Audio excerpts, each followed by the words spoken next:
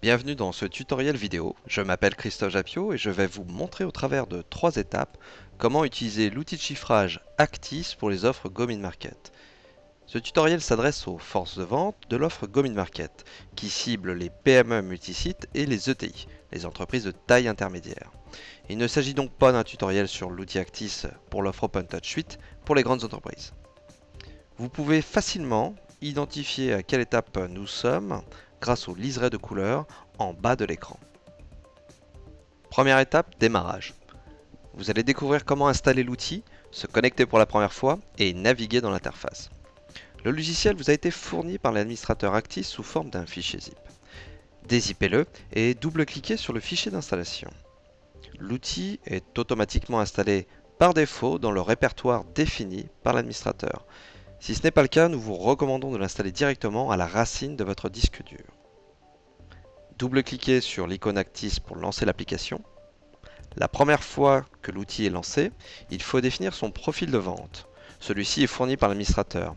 Pour nous, il s'agit ici du profil Sales Mid-Market. Il est aussi possible de changer la langue de l'interface. Cela peut être utile si l'on s'adresse à une entreprise étrangère. Connectez-vous avec votre prénom-nom. Toutes les offres créées avec l'outil seront associées à cet identifiant. La politique de votre entreprise peut vous imposer d'utiliser un autre identifiant. Dans ce cas, rapprochez-vous de votre administrateur. Toutes les informations sont mémorisées, vous n'aurez pas à les renseigner lors de la prochaine connexion. Cliquez sur Connexion pour accéder à l'interface d'Actis. Voici l'interface principale d'Actis, c'est ici que sont affichées les offres qui ont été créées. Actuellement, il n'y a pas d'offre. Pour créer une offre, cliquez sur l'icône Nouvelle offre. Entrez le nom de l'offre, par exemple téléphonie IP, puis choisissez la solution. Mid-Market Auxeux dans le cas présent. Nous reviendrons plus tard sur les autres zones de saisie. Cliquez sur OK pour créer l'offre. Nous voici sur l'écran de l'offre. C'est une page unique que vous déroulez vers le bas pour saisir les besoins clients. Les produits sont facilement reconnaissables grâce à la photo et cliquez sur le bouton I affiche des informations complémentaires dont les points clés du produit. Pour fermer cette fenêtre, cliquez sur la croix. Les articles commerciaux de l'offre sont regroupés par catégorie: téléphone d'entreprise, mobilité et téléphonie mobile. Pour les parcourir, utilisez la barre sur le côté ou la molette de votre souris. Il y a aussi une barre de raccourci en haut de l'écran pour accéder en un clic à la catégorie qui vous intéresse. Dans le cadre d'une offre client multisite, la partie supérieure à gauche permet de configurer plusieurs sites. Pour ajouter un site, cliquez sur le bouton Ajouter. Cela affichera l'écran de saisie de besoin pour ce site. Tous les sites ainsi créés apparaîtront dans cette partie de l'écran, ce qui permet de voir la topologie du client en un clin d'œil. Pour passer des besoins d'un site à l'autre, juste cliquez sur le nom du site. Cliquez par exemple sur Site principal. La partie inférieure à gauche est réservée pour afficher des informations sur l'offre globale, comme le nombre d'utilisateurs, le prix total de la solution, dont la part pour les postes, les licences logicielles et le matériel, et la part pour la maintenance. Deuxième étape, nouvelle offre. Vous allez découvrir au travers d'un exemple comment faire une nouvelle offre, éditer un devis et passer une commande. Voici une entreprise avec 2 sites. Le siège social, hébergeant la direction et les ventes avec 105 collaborateurs, et un bureau de recherche et développement en province de 50 collaborateurs. Pour optimiser les mètres carrés et favoriser les échanges entre employés, l'entreprise a opté pour des espaces de travail ouverts tout en gardant des bureaux individuels avec la possibilité par la suite de passer en bureau partagé. Actuellement, chaque site dispose de son propre PABX et le client espère réaliser des économies sur sa facture téléphonique grâce à la téléphonie IP. Cela lui permettrait d'utiliser son réseau informatique pour établir des communications téléphoniques gratuites entre les 2 sites. Il envisage également de souscrire à une nouvelle offre opérateur SIP au tarif intéressant. Le client vous demande donc dans un premier temps une enveloppe budgétaire pour une solution unique de téléphonie IP multisite adaptée à ces nouveaux bureaux. Commencez par renseigner les informations clients. Son nom, son activité, l'adresse et le nom du site principal. Qu'est-ce que le site principal? Habituellement, on considère que c'est le site qui hébergera le serveur principal de communication. Il convient donc de vérifier ce point avec le client, un site déporté pouvant être mieux équipé avec un local technique pour recevoir le serveur de communication. Ce n'est pas le cas ici. Si vous avez plus d'informations sur ce client, numéro de téléphone, adresse de messagerie, taille de la société, ces éléments pourront être renseignés plus tard. Le client nous a précisé que ses bureaux étaient ouverts, ce qui rend les conversations privées difficiles, plus particulièrement pour la direction qui a l'habitude de gérer des informations confidentielles. Vous pouvez proposer les postes de bureau 8068 Premium Desk Phones pour ces personnes. Celui-ci est très confortable à utiliser et dispose d'un combiné sans fil permettant de s'éloigner de son bureau pour continuer ses conversations privées. Le client nous informe que l'équipe dirigeante est constituée de 5 collaborateurs.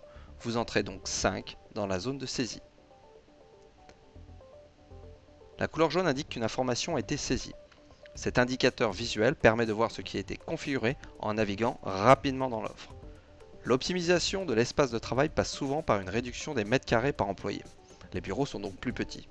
Vous pouvez proposer le poste de bureau 98 Desk Phones, un modèle compact avec la téléphonie pro.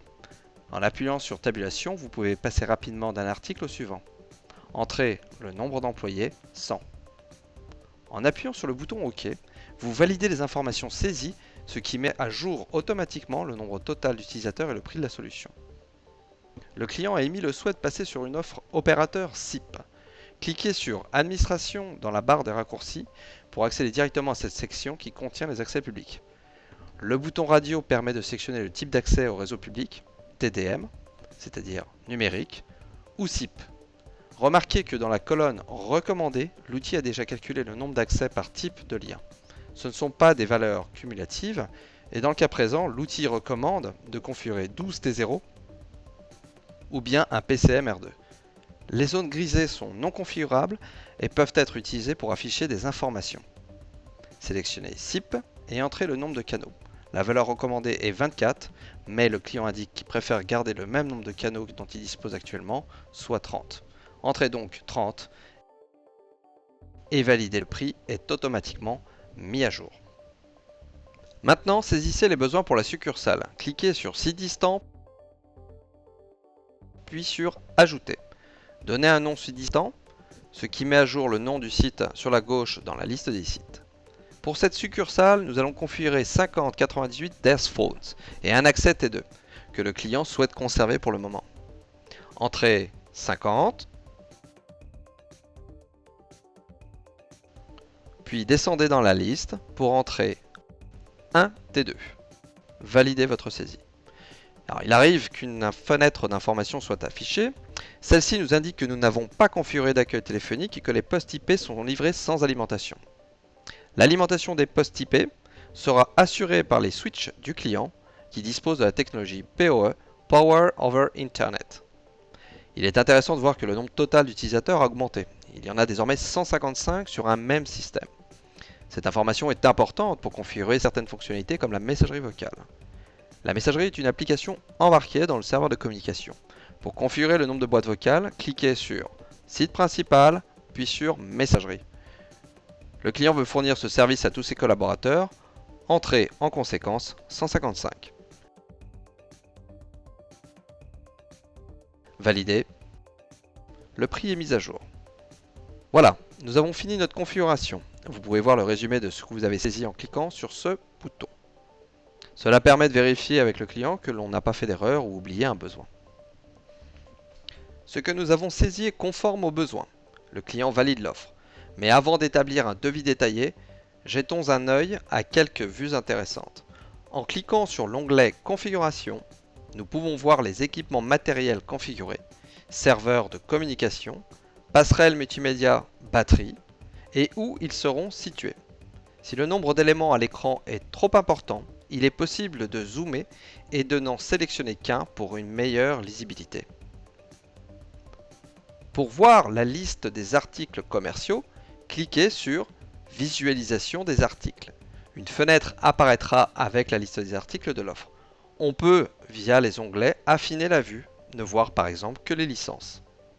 Maintenant, nous allons émettre un devis. Cliquez sur le bouton Chiffrage pour faire apparaître une fenêtre qui vous permet de définir le niveau de remise. Le client souhaite un premier devis. Nous allons donc valider le chiffrage actuel. Cela fait apparaître un icône Excel. Cliquez ensuite sur le bouton Export, puis OK et enfin Visualiser. L'offre commerciale est affichée dans Excel. Vous avez la possibilité de l'éditer pour ajouter d'autres services, de l'imprimer ou de l'envoyer par mail. Important, ne pas oublier de sauvegarder son offre. Pour cela, cliquez sur le bouton Sauvegarder. En cliquant sur le bouton Gestion d'offres, vous revenez à l'écran de gestion des offres. Voici l'offre que nous venons de créer. Nous pouvons mettre à jour les informations le concernant. Proposition envoyée au client le 6 juin. Cela est très utile, surtout lorsque l'on a plusieurs offres actives. Après quelques ajustements commerciaux, le client a accepté votre proposition. Il vous a également donné la date de livraison souhaitée. Vous pouvez donc mettre à jour l'offre avec ces informations. Cliquez sur le bouton Sauvegarder. Pour commander, il faut que vous exportiez le fichier de l'offre acceptée. Faites un clic droit sur l'offre et sélectionnez Export, puis Actis. Il s'agit d'un fichier zip que vous enverrez à votre administrateur des ventes qui l'utilisera pour passer commande auprès du fournisseur. Au moment de l'export, vous avez la possibilité de renseigner des informations sur le client. Ces informations peuvent être renseignées par ailleurs.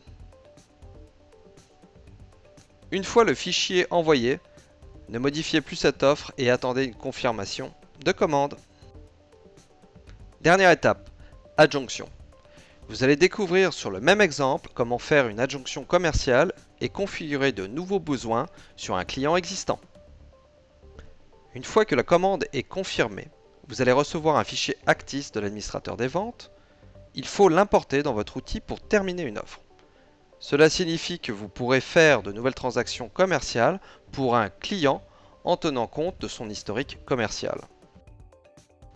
Pour finaliser une offre, cliquez sur Importer, sélectionnez le fichier Actis reçu, c'est un fichier zip, puis lorsque vous allez l'importer, l'outil vous indique que cela écrasera l'offre actuelle.